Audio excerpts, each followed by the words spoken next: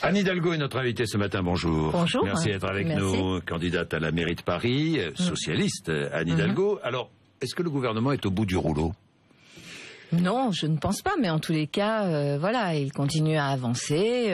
Il y a des points positifs, d'autres sur lesquels je continue à m'interroger, sur les impôts, la fiscalité des collectivités. Ah tiens, je vais y revenir, la fiscalité des collectivités. C'est un sujet important pour moi et pour les Français, voilà, mais j'espère qu'il réussira. Moi, je veux que cette équipe réussisse. Vous êtes pleine de doutes quand même, pardonnez-moi. Non, pas pleine de doutes, mais en tous les cas, je veux que cette équipe réussisse et en même temps... Est-ce que vous soutenez la politique du gouvernement ? Oui, bien sûr Sans que je la soutiens. Sans état d'âme, j'ai envie que cette équipe réussisse. C'est la bonne politique qui est conduite aujourd'hui par Jean-Marc Ayrault ? La politique qui consiste à aller chercher toutes les volontés de la société, chercher le dialogue social, ça c'est la bonne façon d'avancer. Ensuite, je pense que sur la question, par exemple, qui me concerne là directement des collectivités, il faut faire très attention parce que il y a un investissement qu'il ne faut pas tarir et qui est porté essentiellement par les collectivités en France. Vous étiez au salon de l'agriculture la semaine dernière, vous avez entendu, on ne veut plus du PS, on n'en veut plus. Pas du tout.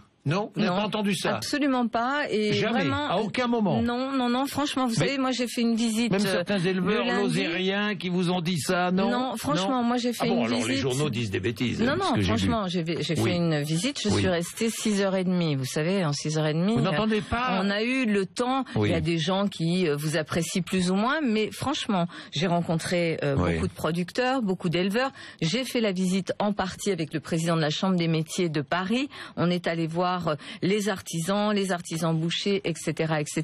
Et c'était un accueil tout à fait positif, franc. C'est bien sûr que les gens nous parlent de leurs problèmes, mais je n'ai pas du tout senti de rejet, en tous les cas, en ce qui me concerne. Il n'y a pas de rejet du Parti socialiste, il n'y a pas de rejet du gouvernement en ce moment. Écoutez, vous pouvez poser cette question d'une façon générale, et oui, il y a beaucoup de choses qui vont mal. Rejet de la politique, alors. Il y a un rejet de la politique, oui, il y a des gens qui doutent, oui, il y a des gens qui ont peur. Tout ça, je le vois, et je suis dans un monde réel. Je ne suis pas en dehors de ce monde réel.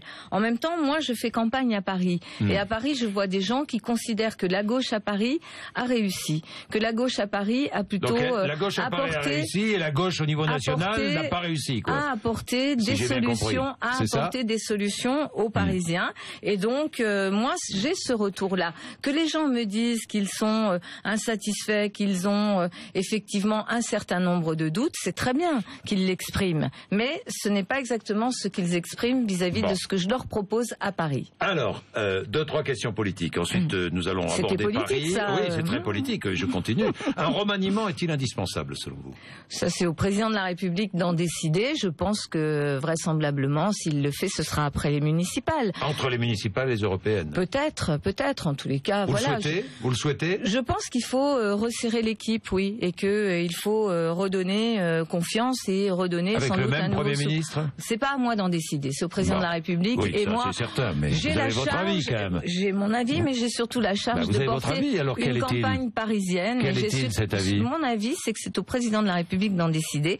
Moi, j'ai la charge d'une campagne parisienne que je porte, et je m'adresse aux Parisiens, et c'est pas la principale question qui me pose. Vous me la posez, donc j'y réponds. Mais enfin, moi, ce qui me demande aujourd'hui, c'est comment sera Paris dans 5 ans, dans 10 ans, etc. Je vais vous poser ces questions. Bertrand Delanoë doit-il entrer au gouvernement, Anne Hidalgo? Ça, c'est aussi à lui d'en décider. Et moi, je respecte la liberté de chacun. Non, mais d'accord. Mais attendez, je vais vous répondre. Je pense que Bertrand Delanoë est une personnalité dont on ne pourra pas se passer au niveau national. Donc, mais c'est à lui d'en décider, et je respecte le choix de l'homme libre qu'il est. Je pense que quand on a des compétences comme les siennes, il a quand même été capable de porter la capitale de la France pendant... Il va m'engueuler si je dis ça, parce qu'il va me dire, mais non, mais j'ai envie de faire autre chose. Mais vous dites ce que vous pensez quand même, Anne Hidalgo. Vous n'êtes pas... Mais je respecte... Non, mais quand il va m'engueuler... Je reprends. Il va m'engueuler parce qu'entre nous, c'est un petit jeu, voilà. Et tout à fait sympathique. Tout à fait sympathique. Mais parce que c'est un homme libre et qu'il a envie de décider de sa vie, ce que je comprends pleinement. Mais là, je pense que la France a besoin d'une personnalité comme la sienne et des compétences qui sont les siennes. La politique. qu'en un an, puisque on parle politique, en un an, il y a eu l'affaire Cahuzac, il y a eu le président de la République qui a scooter pour rejoindre sa maîtresse. C'est ça la politique ? Mais non, mais pardonnez-moi, mais c'est l'image que donnent les responsables politiques. Anne Hidalgo, vous le savez bien, et vous en souffrez parfois. Il y a l'affaire Copé, la dernière en date. Comment regardez-vous tout ça ? Vous comprenez les Français ? Moi, je comprends les Français qui doutent et qui ne voient pas leur situation s'améliorer. En même temps, j'ai envie de dire que chacun participe aussi. La politique, c'est ce qu'en font les citoyens. Donc, s'engager dans une formation politique. La politique, ça sert aussi à résoudre des problèmes, fort heureusement.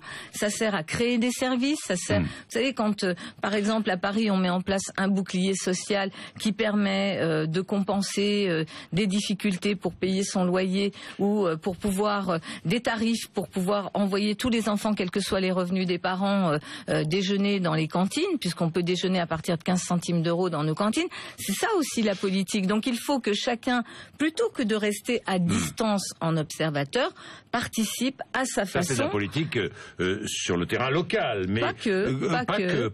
Est-ce que Jean-François Copé est victime des médias, selon vous ? Moi, je pense pas qu'il est victime des médias. Je pense que personne n'est victime des médias. Les femmes et les hommes politiques ont besoin des médias. Certains savent bien les utiliser quand ils le souhaitent. Donc, franchement, je trouve que ce procès-là n'est pas un bon procès. Chacun doit d'abord balayer devant sa porte. Après, le jeu politique est rude, bien évidemment. Et c'est normal qu'on soit sous le regard permanent des Français à travers les médias. Il n'y a pas de cadeau, ça c'est vrai. Mais bon, on est tous dans la même loge à la même enseigne. Le point met en cause une société qui s'appelle Pygmalion, l'un des fondateurs, l'un des cofondateurs. Oui, et l'un de vos amis. Oui. Il paraît que ça gêne au sein du PS. C'est l'un de vos amis qui travaille beaucoup avec l'UMP. Oui, c'est un ami, mais il ne travaille pas avec moi. Voilà, ça arrive qu'on ait des amis. Quand même, non, pas du tout. Non, je n'ai jamais. Vous n'avez aucun soupçon sur lui ? Je n'ai aucune relation commerciale avec l'entreprise qui est la sienne. C'est un ami. Je n'ai pas de soupçon. Vous n'avez aucun soupçon sur lui, je pense que c'est un homme honnête. Éventuelle. C'est un homme honnête et je ne suis pas là pour évoquer. Donc il n'y a pas d'affaire Copé, quoi. Je ne suis pas là pour évoquer ou supposer. Voilà, tout ça. Il n'y a pas d'affaire Copé. S'il y a des choses à vérifier, c'est à la justice de le faire. J'ai vu que la transparence devait être faite. Moi, je conseille plutôt que la transparence soit faite avant même qu'une loi ne l'oblige. Voilà, c'est tout. Que la transparence soit faite tout de suite et ça sera très bien. C'est quoi la transparence à vos yeux ? À mes yeux, c'est quand même d'ouvrir très largement les comptes des formations politiques. Vous savez, il existe des contrôles. Un contrôle sur les comptes de campagne, c'est très bien. Vous pouvez vous faire invalider s'il y a des dépenses qui ne sont pas inscrites ou s'il y a des dépenses, ou par exemple si vous avez été financé par des personnes qui ne peuvent pas vous financer, notamment par des entreprises. Il y a une réglementation très stricte et on a vu qu'elle s'était exercée, y compris sur l'élection présidentielle d'une façon extrêmement précise. Donc voilà, laissons la justice travailler. Moi, je suis pas là pour émettre des soupçons. Tiens, parlons-en, puisque le gouvernement réfléchit à une diminution des dotations de l'État aux communes, aux départements et aux régions de 10 milliards d'euros jusqu'en 2017. Que répondez-vous ? C'est une idée stupide ? C'est une idée dangereuse ? C'est une façon de transférer des augmentations d'impôts sur les collectivités locales ? D'abord, ce n'est pas une bonne idée que de l'appréhender comme ça. Je pense qu'aujourd'hui, il faut partir du constat. Les collectivités locales portent l'investissement dans le pays. Qu'il y ait à regarder sur la nature et l'intérêt d'un certain nombre d'investissements, je suis d'accord. On n'est pas obligé, comme l'ont fait certains départements, de faire des hôtels du département et des dépenses somptuaires dans du fonctionnement qui n'est pas intéressant, qui n'apporte rien aux citoyens. En revanche, quand vous faites des crèches, quand vous faites du logement, quand vous faites un tramway, quand vous faites des équipements qui perdent des infrastructures qui permettent à un territoire de se développer, ça c'est utile, c'est un investissement. D'ailleurs, j'ai vu un communiqué de la Fédération française du bâtiment qui dit cela, qui dit que heureusement qu'en 2008, quand la crise a frappé de plein pot, les collectivités, dont Paris, puisque nous on a maintenu à Paris un investissement de plus de 1,4 milliard par an depuis 2008, heureusement on a permis de consolider l'emploi local et l'activité locale. Mais ce serait une hausse d'impôts déguisée, ce transfert de fiscalité ? Je n'espère pas que ce soit imaginé comme ça par l'administration de Bercy, parce que ça serait pas correct. Vous ne l'espérez pas, mais non, et vous en avez tous les des cas, doutes. j'exprime mon point de vue et je pense qu'il faut faire très mauvaise idée et qu'il faut faire attention à ce qu'on ne casse pas l'investissement qui est un élément du redressement du pays. Alors justement les impôts, depuis samedi 1er mars, ces droits de mutation payés lors de l'achat d'un appartement ou d'une maison, souvent les frais de notaire, augmentent, passent de 3,8 à 4,5%. Paris, on ne bouge pas, hein, non, bien sûr, on a décidé de ne pas bouger. Vous savez, pour une raison très simple. Tout au long de votre mandature? Bien sûr, moi je me suis engagée à une stabilité fiscale sur toute la mandature. Donc, je l'ai chiffré. Les droits de mutation ne bougeront pas. Les droits de mutation, la part qui concerne l'État, voilà, moi je dirais ce que j'ai à dire, mais sur le plan local, j'ai à dire que à Paris, j'estime que le coût de la vie est très cher. Pourquoi on a à Paris les impôts les plus faibles des grandes villes de France? Même s'ils augmentent, mais les plus faibles. Les plus faibles. On est dans le palmarès du Forum pour la gestion des villes, on est 41e sur 41. Pourquoi? Parce que la vie est chère à Paris. Parce que le poids du logement dans le revenu des ménages est extrêmement important. Et donc moi, je ne veux pas accroître cette difficulté-là. C'est pour ça que je me suis engagée sur cette stabilité fiscale. Donc on ne touche pas. Donc je ne veux pas qu'on touche aux éléments de la stabilité locale. Vous savez ce que va faire l'État? Mais l'État va créer une taxe sur les transactions immobilières pour équilibrer les comptes entre les départements riches et les départements pauvres. Vous savez combien, Monsieur Bourdin, qu'est-ce que vous allez faire contre ça? J'ai vu que Bertrand Delanoë était en rage contre ça, c'est vrai? Vous aussi? Vous êtes en rage contre cette idée? Vous savez combien Paris verse aujourd'hui à la solidarité régionale et nationale, dans ce qu'on appelle les péréquations? 500 millions d'euros par an. Aujourd'hui, sur le budget de la ville de Paris, qui est de 8 milliards d'euros par an, il y a 500 millions d'euros qui sont prélevés de ce budget pour aller directement soutenir la solidarité régionale et nationale. Je suis pour qu'on soit solidaire au niveau du Grand Paris, au niveau de la région et pourquoi pas aussi au niveau national. Mais je dis stop, on ne peut pas considérer et affaiblir Paris qui est un lieu de création de richesse, de création d'emplois et d'activités. C'est pour équilibrer les comptes, pour aider les départements les plus modestes. Il ne faut pas avoir une vision comptable des choses. Paris et le Grand Paris sont un territoire sur lequel on doit investir massivement en logement et en transport. C'est un élément essentiel pour la compétitivité non seulement de ce territoire, mais aussi du pays, puisque je rappelle que le Grand Paris, la région parisienne, offre 30% du PIB national, 4% du PIB européen. Donc c'est un lieu dans lequel on doit considérer qu'il y a encore des investissements à faire et attention à ne pas affaiblir. Ensuite, dans les péréquations et dans ce que verse Paris à cette solidarité, vous savez, il y a 900 millions d'euros prélevés sur les entreprises parisiennes, Paris Intramuros, qui partent chaque année sur la solidarité nationale. 900 millions d'euros. Et vous savez, ces 900 millions d'euros, ils ne proviennent pas de taxes que ce gouvernement ou nous-mêmes, mairie de Paris, aurions décidé. Ils proviennent de la réforme fiscale engagée par Monsieur Fillon en 2010 sur la taxe professionnelle. Cela a produit 900 millions d'euros de plus de prélèvements sur les entreprises parisiennes qui vont directement à la solidarité nationale et régionale. Alors Anne Hidalgo, j'ai vu des affiches vous caricaturant dans Paris en vous imputant une future hausse des impôts.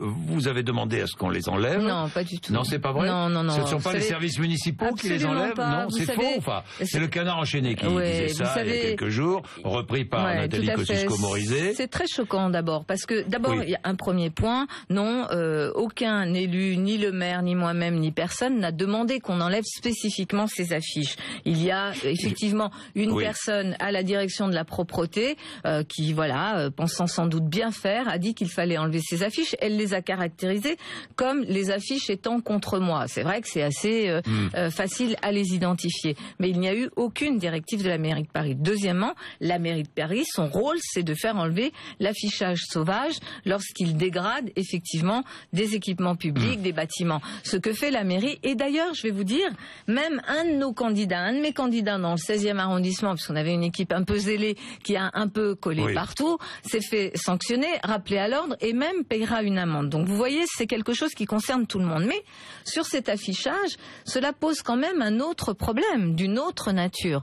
C'est que c'est un affichage fait par une personne qui n'est pas candidate à Paris. Nicolas Miguet, qui a été condamné à plusieurs reprises, je crois, pour escroquerie et pour fraude fiscale, qui fait partie d'un groupement des contribuables, voilà, qui a financé la fameuse manifestation Jour de colère où on a vu des propos homophobes, des propos antisémites ouvertement exprimés sur Paris. C'est ce monsieur qui en est l'un des financeurs et qui soutient Nathalie Kosciusko-Morizet. Moi, j'attends toujours la condamnation apportée par mon adversaire à cette pratique-là. Vous savez, je demanderai de toute façon que cet affichage qui pose un problème au-delà de la propreté du paysage urbain, il pose aussi le problème de l'intervention d'un affichage dans une campagne pour le compte de quelqu'un qui se dit ne pas être au courant de ces affiches. Donc tout ça sera réglé. Tout ça est obscène.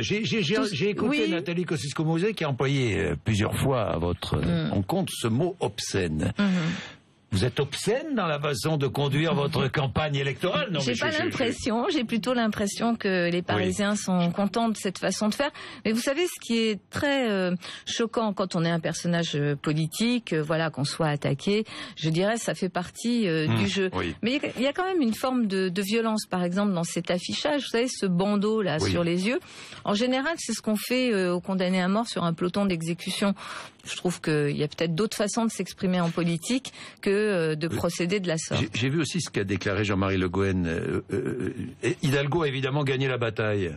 C'est maladroit, ça, de dire cela? Jean-Marie est un homme très enthousiaste, mais les élections ne sont pas terminées et non, la bataille n'est pas gagnée. Il y a 3 semaines pour convaincre. Le soir du premier tour, on aura une idée assez précise du rapport de force à Paris. Moi, je constate que les Parisiens ont envie qu'on leur parle de leur ville, qu'ils font la différence entre ce qui se passe au niveau national et ce qui se passe au niveau local, qu'ils ont une fierté de leur ville, qu'ils ont envie aussi qu'on les valorise. Vous savez, moi j'entends dans le discours de la droite et de mon adversaire un discours sur le déclin de Paris. Mais non, Paris n'est pas une ville en déclin.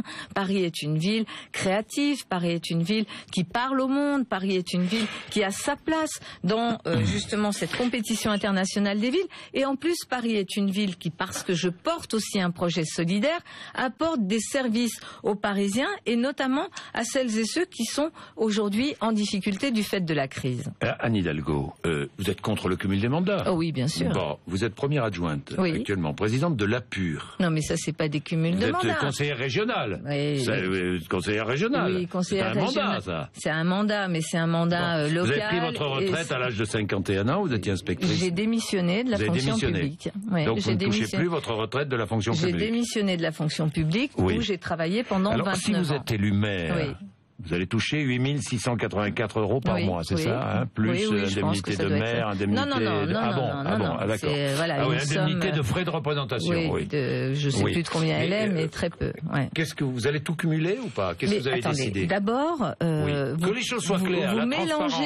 Vous mélangez plusieurs choses. Être présidente de l'APUR, comme je l'ai été, je le suis jusqu'à la fin du mois de mars, c'est parce que le président de l'APUR est toujours un adjoint au maire de Paris et c'est toujours l'adjoint qui est en charge de l'urbanisme et de l'architecture. Donc ce n'est pas du cumul. Le cumul des mandats, c'est un mandat de parlementaire et un mandat d'exécutif local. C'est ainsi que c'est défini dans la loi. J'ai été conseillère régionale, je le serai jusqu'à la fin du mois de mars, si je suis maire de Paris, bien évidemment. Et pourquoi j'ai été conseillère régionale? Parce que j'ai voulu porter au sein du conseil régional toute la dynamique sur le Grand Paris à ce moment-là. Vous savez, vous pourriez poser la question, mais je sais que vous l'avez déjà fait, à mon adversaire qui est toujours députée de l'Essonne et candidate à Paris. Peut-être pense-t-elle qu'on est encore à l'époque où on pouvait être député d'un département en province et en même temps maire de Paris. C'est vrai que Jacques Chirac avait été député de Corrèze et maire de Paris, mais je crois qu'on a tourné la page de cette culture politique où on pouvait cumuler de la sorte. Donc non, je ne cumulerai pas, bien évidemment, d'autres mandats. mandat que celui de maire de Paris. Et vous cumulerez votre retraite avec les indemnités de maire. Vous savez, moi j'ai travaillé pendant 29 ans. Non, mais c'est une retraite d'abord qui n'est pas totale, qui n'est pas complète, parce que je n'ai pas toutes les annuités, et c'est un petit revenu, mais qui est tout à fait légal, comme d'autres élus l'ont également. Donc le cumul, le non-cumul, vous savez, c'est très simple pour un certain nombre de personnes qui viennent, qui n'ont pas travaillé dans leur vie, qui n'ont fait que de la politique, qui sont rentrés dans les cabinets ministériels ou qui n'ont pas eu tout simplement besoin de travailler, d'arriver. Moi, je ne suis pas pour le suffrage censitaire en politique. Je suis pour que les gens qui viennent en politique aient pu avoir d'autres métiers avant. Ça apporte aussi le monde réel dans ce monde politique qui en a souvent besoin. J'ai une dernière question. Les Jeux Olympiques à Paris, 2024 ou 2028, vous y êtes favorable ou pas? Il faut des conditions. D'abord, j'aime le sport et j'aime les Jeux. Mais il faut que les conditions soient réunies. Là, aujourd'hui... Elles ne le sont pas aujourd'hui. Il faut les construire, et je veux bien participer à cette construction-là. Mais vous n'êtes pas vraiment favorable à l'organisation. Pas vraiment aujourd'hui, parce que les conditions, c'est d'abord les sportifs, le comité olympique français entièrement soudé. Je pense qu'ils en ont envie. C'est un partage aussi du portage d'une candidature française. Et ce n'est pas simplement aux contribuables parisiens de payer cela. Donc les conditions ne sont pas remplies aujourd'hui. Les Jeux, ça coûte cher, y compris la candidature en soi coûte cher, et les Jeux dispendieux, je crois que c'est plus du tout d'actualité. Donc les conditions sont-elles remplies aujourd'hui? Aujourd'hui non, mais elles commencent à être posées sur la table. Donc je travaillerai ce dossier si je suis maire de Paris, mais je veux des garanties. Merci Anne Hidalgo, j'allais dire Nathalie Kosciusko-Morizet. Ah non, c'est pas moi. Non, c'est pas vous. Nathalie Kosciusko-Morizet, parce que c'est la loi, je dois dire. Nathalie Kosciusko-Morizet qui est votre adversaire, ainsi que Christophe Najdowski, Charles Becbédé, Daniel Simonet et Valorant de Saint-Just. Voilà les têtes de liste des différents partis. Merci Anne Hidalgo, 8h57. Vous êtes sur RMC, sur BFM TV.